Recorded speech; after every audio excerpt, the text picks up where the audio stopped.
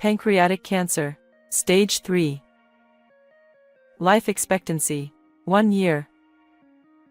Suddenly, my daily life was enveloped in darkness. The first thought that crossed my mind was whether to tell my husband and son about this. I struggled with this for a bit but ultimately decided not to tell them. I didn't want them to see me weaken, and more than that, knowing firsthand the hardships of caregiving, I didn't want to impose that on them. So, what should I do? The answer came to me quickly: ask for a divorce without saying anything. I couldn't think of any other option. And so, I began what is commonly known as end-of-life planning without telling them anything. One day, Willa, come here for a moment. We need to talk. A sudden summons. I had no concrete reason to think so, but I was almost certain internally that he had discovered my illness. There he was, with a grave expression, sitting at the table in the living room. Sensing something serious was about to happen, my heart pounded so hard it felt like it would leap out of my chest. I'll get straight to the point. I swallowed hard. I can't deal with a caregiving life. I've seen how tough it was for you. So, let's get divorced. The unexpected statement made my vision go dark for a moment. I understand. I'll leave. Thank you for everything. Ignoring my husband, who seemed to have more to say, I left the living room, and ran out of the house without even the bags I had packed. It was raining outside. Hey, Willa. What's for dinner tonight? My husband, Hunter, after finishing some gardening, peeked in from the yard and abruptly asked. It was 3 p.m., a bit early to be thinking about dinner. But this was a usual occurrence. I haven't decided yet. Oh, I see. He has always been selfish. His womanizing wasn't a one-time thing, and he left most of the housework and childcare to me since he was always like that. He had a penchant for gambling, dabbling in slot machines, horse racing, cycling races, and various other bets, winning and losing repeatedly. He never incurred debts, but there were times when he came close. Even without that, it was extremely difficult for me. Just as our son, Jaden, was becoming more independent, my mother-in-law suffered a cerebrovascular disease and became partially paralyzed. I took care of her almost entirely on my own, but 2 years ago, she passed away, finally freeing me from that burden. As for my husband, I'm honestly not sure what he was doing during that time. He went to work as usual and probably gambled with any extra money he had. He didn't entirely avoid contributing financially. When he won, he'd come home in a good mood and give me money for cosmetics, a nice watch, or even household expenses. But since gambling usually results in losses, there were times it impacted our household finances, and I scolded him when he lost big. I can't even explain why I stuck with him through all this. After he retired, he seemed to change. He stopped fooling around and only dabbled in horse racing. I would see him pondering over the racing newspaper, pen in mouth, and it somehow suited him, for better or worse. Surprisingly, he also took an interest in gardening, a much healthier hobby than gambling. I felt relieved seeing this. As we reached this stage in life, peaceful days finally seemed to arrive. One day, sometime after, Willa, I won. The red pen tucked behind his ear clattered to the ground. What? What happened? His loud voice made me shout back. I hit the trifecta. $1,000. Apparently, he had hit the jackpot. Until then, his winnings had only been a few hundred at best, but this time it was $1,000 payout. My husband was overjoyed like a child. Let's go on a trip with this. What? A few days later, he cashed out and returned home with a significant amount of money. It wasn't enough to feel secure for retirement, but it was still a substantial sum. He suggested using it for a trip, which was very much like him. When was the last time we went on a trip? When should we go? And where do you want to go? Seeing him so excited, I reminisced about our past. It wasn't always sweet, but they were good memories. Thinking back, it's a mystery why I stayed with him, but he was still my partner.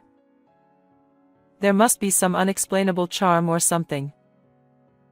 Anywhere is fine. I don't have any specific plans. All right, I'll decide then. He deftly handled his smartphone. I never got the hang of it and could only use the basic functions, but he had mastered it. How about going abroad? At our age, that's a bit too much. Really? Okay, then domestic it is. It didn't seem like him, but I didn't mind. I was a bit happy thinking we could finally relax and enjoy some quiet time together. This trip would be a good opportunity to discuss our future. He had mellowed out, so he probably wouldn't suggest anything outrageous. A week before the trip, while preparing, I suddenly felt a strange sensation in my body. An intense pain simultaneously crushed me from both my abdomen and back. Almost at the same time, blackness crept in from the edges of my vision, quickly enveloping everything. When I regained consciousness, my son Jaden's face was in front of me. Jaden, what are you doing here? What am I doing here? You collapsed. According to him, I had passed out in the bedroom and was rushed to the hospital. I recalled that he had said he'd be coming home today. I shuddered to think what might have happened if he hadn't been there. The surroundings were noisy with several nurses bustling about. Something serious seemed to be happening. As I pondered whether I was the cause of the commotion, my mind, still foggy, couldn't form a clear answer. As I tried to gather my thoughts, a dull pain surged through my abdomen. I instinctively clutched at it. What's wrong? Are you okay?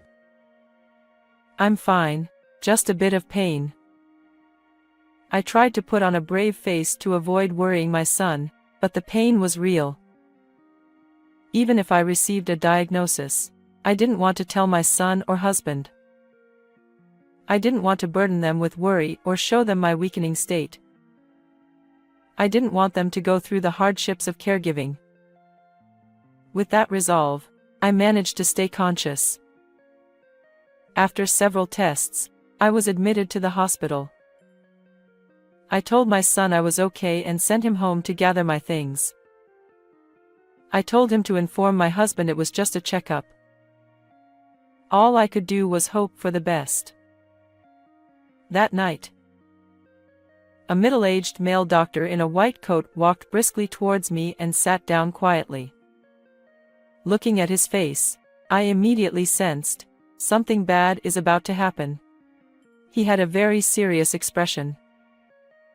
"Ms. Park, please listen calmly." I thought, it's the usual phrase. My intuition turned to certainty. "Yes. We've found cancer. Stage 3 pancreatic cancer.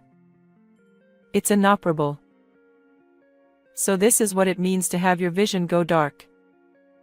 Though it had gone dark just before I lost consciousness earlier, this time was entirely different.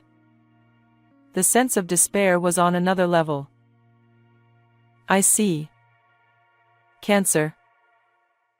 All the previously busy noises faded away, and I could barely hear the doctor's words. It seemed the hustle and bustle were all about me. You have a year to live. The prognosis was like an additional blow. While I couldn't hear the surrounding noises, the sound of things collapsing inside me was clear. They fell like a tower of blocks. A year. All my plans for old age, insignificant as they were now ruined. Or rather, old age itself was no longer an option. I sympathize with your situation. What exactly could he sympathize with? Amidst the confusion and doubt, my baseless anger was directed at the doctor. You can be admitted immediately, but you probably have things to take care of. For now, we'll manage with medication to slow the progression. Later, we'll consider the types of treatment. For now, all I could say was, I understand. Later, Hunter and Jaden, despite our strained relationship, came to visit me together. Hey, Willa. Are you okay? I'm fine. I just fell and got hurt. You two are overreacting. Though I said that, knowing the truth, Jaden's gaze was piercing. After returning home, I sighed in front of the suitcase I was packing. The first thing that came to mind was whether I should tell them the truth. I pondered briefly but chose not to. So, what should I do next? I quickly found the answer. I would file for divorce without saying anything. This was the only option that came to mind. With that decision, my half-packed suitcase wouldn't go to waste. Thus, I began what is commonly referred to as end-of-life preparations without telling them anything. Since the trip was postponed, most of my luggage remained as it was. Hunter initially seemed disappointed but accepted the situation, keeping his feelings to himself. One day, as I was secretly packing to leave, Hunter appeared in the bedroom. Willa, come here for a minute. We need to talk. A sudden call. Though I had no proof, I was almost certain inside. Could it be that my illness was discovered? Hunter sat seriously at the table in the middle of the living room. Feeling this was no ordinary situation, my heart raced as if it would leap out of my chest. I'll get straight to the point. I swallowed nervously. I can't handle a caregiving life. I saw how hard it was for you. So, let's get a divorce. His unexpected words made my vision almost go black again. Did he hear it from Jaden? Or did he somehow find out about my illness and use it as a reason to ask for a divorce? Though I knew he had always been selfish, I never thought it was to this extent. Simultaneously, I realized my decision was not wrong. After all, this was my original plan. Facing his rejection gave me a strange sense of relief. I understand. I'll leave. Thank you for everything. Ignoring my husband who seemed to want to say more, I left the living room and ran out of the house. It was raining outside. Though I left with great determination, I had no place to go. I hadn't taken the prepared suitcase, only the smartphone I barely knew how to use. I even left my wallet. Moreover, the rain, which was moderate when I left, was now a downpour. I watched it from under a wisteria vine in the park. What should I do? Going back would be humiliating, but even staying at a business hotel or being admitted again required a wallet. I was disappointed in myself for forgetting such an obvious thing in my rare moment of anger. What if I had another attack here? The park was empty on a weekday afternoon. Normally it would be filled with children and their parents, but now the rain was the only sound. No one would pass by. Despite my intentions, my anxiety grew. The wisteria vine roof was full of holes, and rainwater was drenching me, making me cold and worsening my condition. But there was nothing I could do. The rain showed no signs of stopping. I waited for a while, but no one came. I had no choice but to go back. Just as I thought that, I was hit by severe stomach pain again. There was no mistaking it, it was the same pain as before. My fears were confirmed. I might lose consciousness again, or worse. As I reached for my smartphone, I heard a voice through the downpour. There you are, Mom. What are you doing here? His voice kept my consciousness from slipping away. Once again, my son saved me. You left without an umbrella. And what's with not listening to Dad? Wait, are you feeling sick again? Hold on, I'll call an ambulance. At the hospital, I was immediately admitted. It was inevitable. Later, Hunter came to visit my hospital room. I wondered if he really didn't want to take care of me, but remembered Jaden's words in the park and stayed silent. Then Hunter spoke, and his words were again unexpected. Why didn't you tell me earlier? Since when? I didn't understand what he was saying and opened my mouth. You don't want to take care of me, right? Why did you come if we're getting a divorce? What?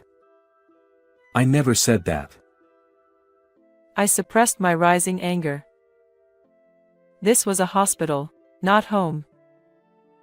I shouldn't disturb other patients. Yes, you did. You said, I don't want a caregiving life. I didn't intend to burden you either, so it was convenient. Why are you suddenly saying I wouldn't take care of you? What nonsense are you talking about? I don't want your help, so go home. I'm asking why you kept it a secret. Both of us were getting heated. Despite knowing it was disruptive, I couldn't help raising my voice. We seemed to be talking past each other. What was he trying to say? Seeing this, Jaden intervened. Wait. Both of you, reveal what you're hiding. I know everything, but I won't say anything. Talk it out. Then he left. I had no idea what was happening but explained my current condition honestly and calmly. Stage 3 pancreatic cancer. I see. What about you? What are you hiding? I was told I have lung cancer. 6 months to live, maybe 10. What a shock. So what did he mean by those words earlier? You took care of my mother. I couldn't do anything. I didn't want to cause you more trouble. That's why I said I couldn't live a caregiving life.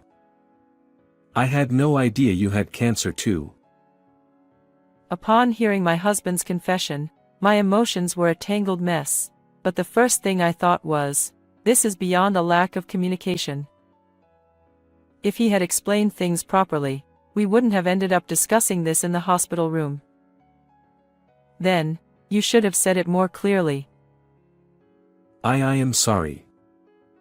I didn't want to keep you tied down to me even at this age. So, I thought we could go on a big trip and then I'd tell you everything. I wanted you to do what you love rather than take care of me. After a pause, he continued. But I never expected you to get cancer too. What are the odds? In the end, we were thinking the same thing. Both of us were keeping our illnesses a secret, seeking self-satisfaction in our self-sacrifice. Now, I think I understand why we were drawn to each other. I was thinking the exact same thing. I'm sorry for keeping it from you. No, I should be the one apologizing. I've been nothing but trouble. If you don't mind, could we stay together a little longer? I know it's selfish, but if our time is short, I want us to do what we want together. In this situation, I couldn't find a reason to refuse. More than anything, I found the whole exchange so absurd that I couldn't help but burst out laughing. Haha. What? I'm being serious. I know. That's why it's funny, isn't it? That we were both thinking the same thing. But going abroad is a bit much. I know. That was a joke. After all, I had already been given a terminal diagnosis at that time. Even though he had won big at the races, suggesting a trip was a reflection of his thoughts about the future. It was natural that it felt unlike him. Since that rainy day, we decided to undergo palliative care, repeatedly visiting the hospital but continuing our life at home as usual. Though the attacks weren't completely under control, things were much more stable. Now, we were choosing our travel destination again. It'll have to be within the prefecture, or at least the neighboring one. While my husband deliberated, I was looking for a hospice, not a travel destination. We both agreed that we didn't want to burden our son and decided to enter a hospice together. After the trip, we would move to a new place. This trip marked the beginning of a new journey in two ways. A final one-night, 2-day trip just for the two of us. We visited famous places and took a break at a restaurant. Enjoying fresh seafood in the afternoon, we settled scores about each other. I'm sorry for all the trouble I caused when we were young. Not just when we were young. Even recently, your lack of communication nearly made me catch a cold. I said I'm sorry. And it's not just me. You were planning to leave without saying anything. That was too secretive. I knew how hard caregiving could be, so I didn't want you to do it. So, it's the same for both of us. I didn't want you to go through it twice. But thanks to Jaden, we managed to have an honest conversation and it turned out well. It's all good in the end, right? No matter what, our conversations inevitably drifted back to the recent significant events. My husband had always been reckless with gambling and selfish. When he suddenly asked for a divorce, I thought his selfishness had reached its peak. But when I looked back, it was clear that we weren't communicating properly, and it ended up causing our son trouble. If we didn't reflect on this, what else was there to reflect on? I didn't understand everything, but at least back then, despite his lack of words, he was thinking about me. That alone made me a bit happy. So, I wanted to go on one last trip with you, but is there anything you want to do? My husband asked, munching on seafood. He didn't look like a terminal cancer patient at all. I took his question seriously. Horse racing. Huh? I want to try horse racing. A week before entering the hospice, we went to a nearby racecourse. Barring something unusual, this would likely be our last outing together. Are you really going to bet? Yes, I'm serious. Even so, it wasn't about winning or losing. I just wanted to experience gambling. On the other hand, I also wanted to understand why my husband found it so engaging. Which horse? Are you going to pick one yourself? My husband, with his usual serious look, had a red ballpoint pen tucked behind his ear and a folded racing paper. He was aiming to win as usual. Of course. They say beginner's luck comes from choosing a name you like, right? It's a common saying. Ha. Then pick whichever you like.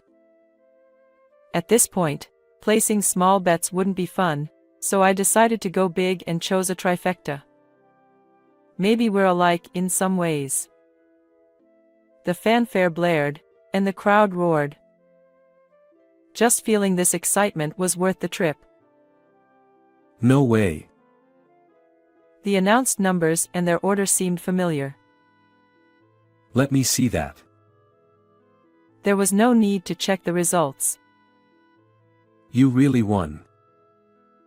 The payout was a staggering $2,000, double the highest amount my husband had ever won. And so, we enjoyed our remaining days together and finally entered the hospice. It was a nice place with good facilities and attentive care. Much more beautiful than I had imagined. I really liked it here. If our son hadn't come to pick us up on that rainy day, we would have continued misunderstanding each other and wouldn't have ended up here. In my case, I might not even be alive. But now, here I am, with the person I've shared joys and sorrows with for decades. We made our final memories together. It was the best possible ending. It's a nice place. I'm not settled in yet. But I guess I will soon. As he muttered to himself, I could sense the emotions behind his words, because I was in the same position. How much longer do we have to live? I felt the same way. If we weren't together, the fear would have been overwhelming. But now, it wasn't. According to the doctor, my husband was likely to go first. But that didn't mean I could let my guard down. If I left him alone, who knows what would happen?